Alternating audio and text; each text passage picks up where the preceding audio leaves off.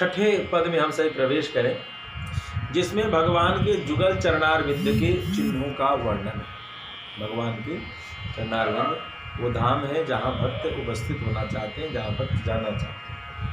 तो इनके बारे में कहते हैं, चरण चिन्ह रघुवीर के संतन सदा सहायका, अंकुश अंबर कुलिश कमल जव ध्वजा धेनुपद, अंकुश अंबर कुलिश कमल जव ध्वजा धेनुपद, शंख चक्र स्वस्तिक जम्बु फल कलश सुधाकद, अर्ध चंद्र खटकोण मीन बिंदु रद रेखा, अष्टकोण त्रैकोण इंद्रधनु पुरुष विशेखा, सीतापति पद नित बसत एते मंगलदायका, चरण चिन्ह रघुवीर के संतन सदा सहायका।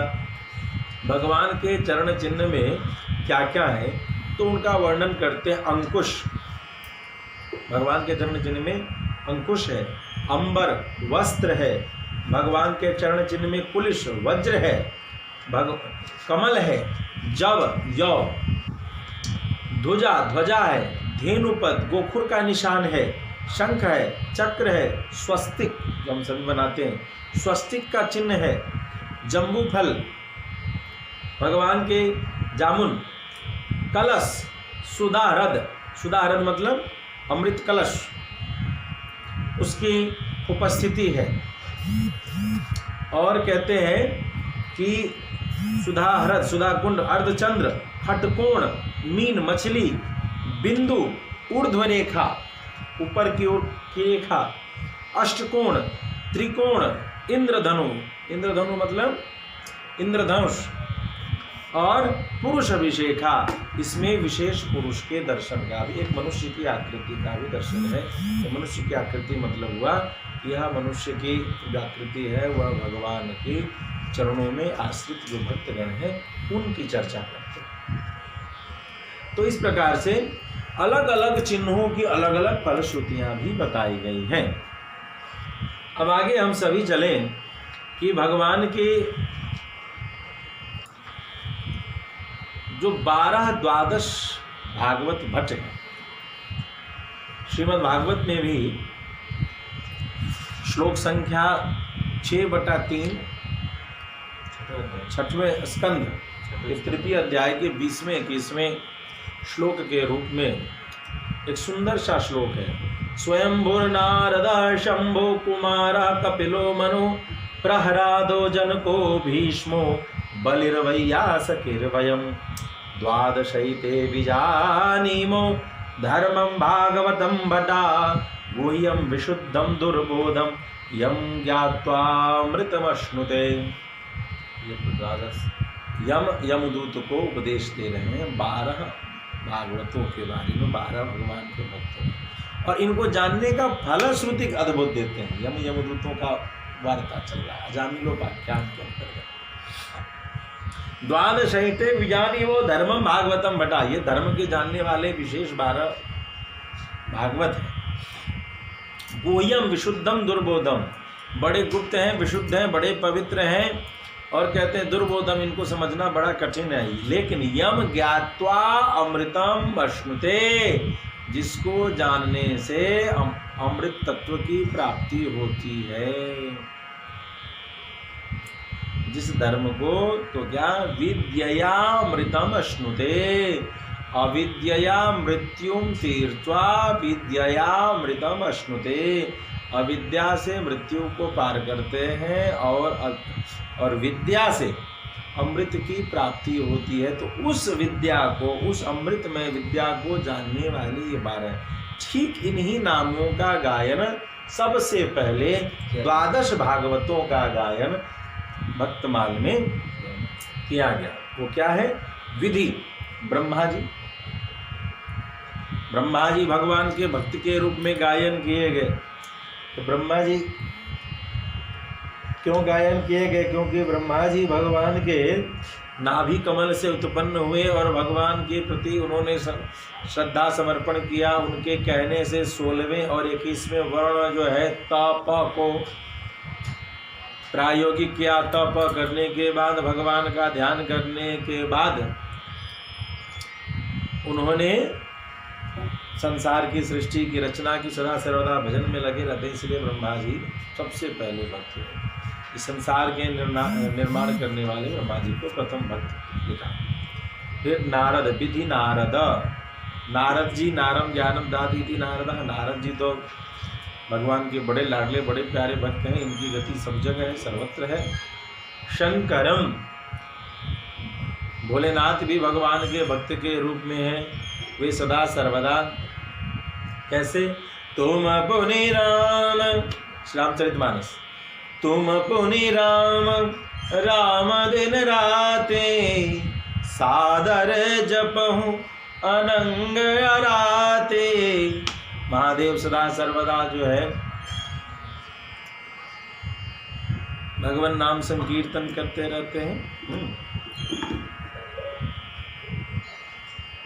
सनकादिक हरि, यहाँ पर श्रीमद् भागवत का प्रमाण हरि शरणमेवं हि नित्यं येषा मुखे वचा, अतः काल समादिष्टा जरायुष्मान भावते। कि भगवान की शरणागति हरि शरणम हरि शरणम हरि शरणम नित्य निरंतर करते रहते हैं, इसलिए सनकादिक को भक्तगण में ले लिया। चारों भैया को कपिल देव, कपिल मुनि, कपिल मुनि जो है भगवान के भक्त कहलाए। मनुभूप, मनु शतरूपा, महाराज मनु ने भगवान की भक्ति की। मनु शतरूपा महातप कीना, बहुत बड़ा तपस्या किया, तो भगवान ने उन्हें वरदान दिया कि तुम्हारे यहाँ मैं पुत्र रूप में अवतरित होऊंगा। नर हरिदास, नर हरिदास नरसिंह भगवान के भक्त कौन है? प्रहलाद जी। प्रहलाद जी दैत्य कुल के होने के बाद भी भागवत में आए। जनक, मिथिलाधिपति राजा जनक, यह मिथिला का गौरव है कि उनके राजा जनक ऐसे हैं जो भक्तों की श्रेणी में भी लिए गए और कर्मयोगियों की श्रेणी में भी लिए गए। कर्मणि भी संसिद्धिम आस्थिता जनकादय। श्रीमद् भगवत गीता में भगवान ने किसी का उदाहरण के रूप में नाम लिया तो वे मिथिलाधिपति एक राजा जनक।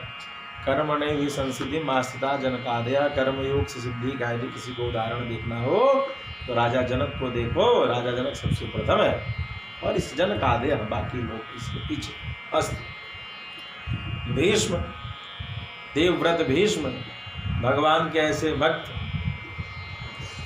और संसार के वास्तविक धर्म को जानने वाले कि भगवान इनके उद्धार करने के लिए सरसैया के समीप स्वयं आ गए। इतिमति रूपकल्पिता तृष्णा, अद्भुत है कि भगवान सामने खड़े होकर के उनकी अंतिम स्तुति को स्वीकार कर रहे हैं। जिसने मृत्यु पर विजय प्राप्त कर लिया, ऐसा अद्भुत व्यक्तित्व पितामह भीष्म। आज भी इनके ऋण को आर्यावर्त चुकाता है कि श्राद्ध में तर्पण करते समय विश्वस्तृप्यताम, उनके नाम का तर्पण किया जाता है। बलि, दैत्य कुल के प्रहलाद के पौत्र, प्रहलाद के पुत्र विरोचन, विरोचन के पुत्र बलि, राजा बलि को भी भागवत के रूप में लिया गया कि जिनके दान की महिमा के आगे वामन भगवान को भी आ जाना, उनके दान का इतना बल नहीं। बलि जैसा दानवीर दूसरा कोई नहीं है। भगवान को भी उनसे दान लेने आना पड़ गया।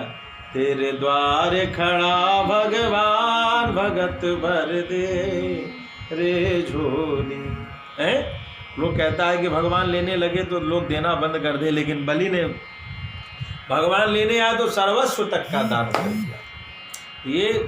ये कुतर्क है कि भगवान लेंगे तो कोई देगा नहीं, भगवान लेंगे तो लोग अपने जीवन प्राण न्यौछावर तक कर देते हैं इस संसार में। शुकदेव जी, महामुनि शुकदेव जी, मुनि धर्म स्वरूप। शुकदेव मुनि जो द्वादश महाभागवत में लिए गए, यहाँ बलिर वैयासकिर रूप में लिया गया। वैयासकिर व्यास जी के पुत्र। और इसके बाद कहते हैं धर्म स्वरूप, और वहाँ पर लिख दिया वयम, श्रीमद् भागवत में वैयासकिर वयम, मैं, हम सभी जो धर्म के स्वरूप हैं, हम सभी धर्मराज, ये सभी हम सभी जो है सो द्वादश भागवत को जानते हैं, भगवान के महिमा को जानते हैं। इस तरीके की बात यहाँ पर उपस्थित की गई। एक इसमें शंकर जी को संबंधित बहुत ही सुंदर एक कविता प्रियादास जी महाराज ने टिप्पणी में टीका में लिखा है। भक्तों की महिमा कैसी है। चले जात मग उब खेर शिव दीठी परे, करे पर नाम ही भक्ति लागे प्यारी है। पार्वती पूछ के ये कौन को जो कहो, मोसो दिखत न जन को तब सो उचारी है। बरस हजार दस बीते ताहा भक्त भयो, नयो और वह है दूजी छोर बीते धारी है। सुनी के प्रभाव हरिदासनी स्वभाव, बढ़ियो रढ़ियो कैसे जात चढ़ियो रंग अति भारी है। बहुत सुंदर उदाहरण दिया है भक्तों को लेकर। प्रियादास जी महाराज ने कवित्व में लिखा है कि चले जात मग उबे खेरे शिव दीठी परी। एक नंदी पर बैठ करके भोलेनाथ पार्वती के साथ कहीं जा रहे थे। एक गांव में दो टीला दिखा। उबे खेरे शिव दीठी पर, उनको दिख गया, कह रहे दो टीला है।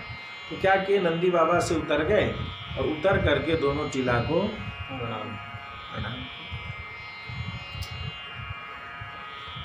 पार्वती पूछे कि ये कौन को जो कहो, मोसो दिखत न जन को तब सो उचारे। कहा कि किसको प्रणाम कर रहे हैं आप, कोई मुझे दिख नहीं रहा। बोला बाबा प्रणाम कर ले, तो किसको, तो इसलिए वैष्णवा नाम यथा शंभु। उदाहरण वैष्णव कौन, तो शंभु जैसा देख ले तो प्रणाम कर। बोले कौन है, तो बाबा क्या उपदेश दे रहे हैं। बरस हजार दस बीते ताहा भक्त भयो। ये जो टीला है, इस टीला पे 10,000 वर्ष पहले एक भक्त हुआ था, इसलिए इस जगह को प्रणाम करता हूँ। यहाँ 10,000 पहले एक संत बैठे थे। 10,000 साल पहले एक संत बैठे थे, इसलिए इस भूमि इस धराधाम को मैं प्रणाम करता हूँ। आए दूसरा वाला टीला को क्यों प्रणाम किए, दूसरा ढेरी को तो कहते हैं नयो और वह है तुझी ठौर बीते दारिया। 10,000 साल बाद एक और संत इस टीला पर बैठेंगे, इसलिए इस टीला को प्रणाम कर रहा हूँ कि धन्य है ये धराधाम जिस पर संत पधारेंगे। तो जिस पर पधार गए संत 10,000 साल पहले, उस टीला को प्रणाम किया, और जिस पर आगे 10,000 वर्ष बाद आवेंगे वैसे टीला को पुनः प्रणाम कर रहे हैं। सुनी के प्रभाव हरिदासन स्वभाव बढ़ियो, रढ़ियो कैसे जात चढ़ियो रंग यति भारी है। अद्भुत है कि भगवान के भक्तों के प्रति भोलेनाथ की ऐसी प्रीति कि वह 10,000 साल पहले जहाँ भक्त बैठे थे उस जगह को प्रणाम करते हैं, और 10,000 वर्ष बाद जहाँ बैठेंगे, ऐसी प्रीति महादेव की, ऐसी भक्ति देख करके यह भक्तों के हृदय को बड़ी प्यारी लगती है। प्रेम से भक्त वत्सल भगवान की जय।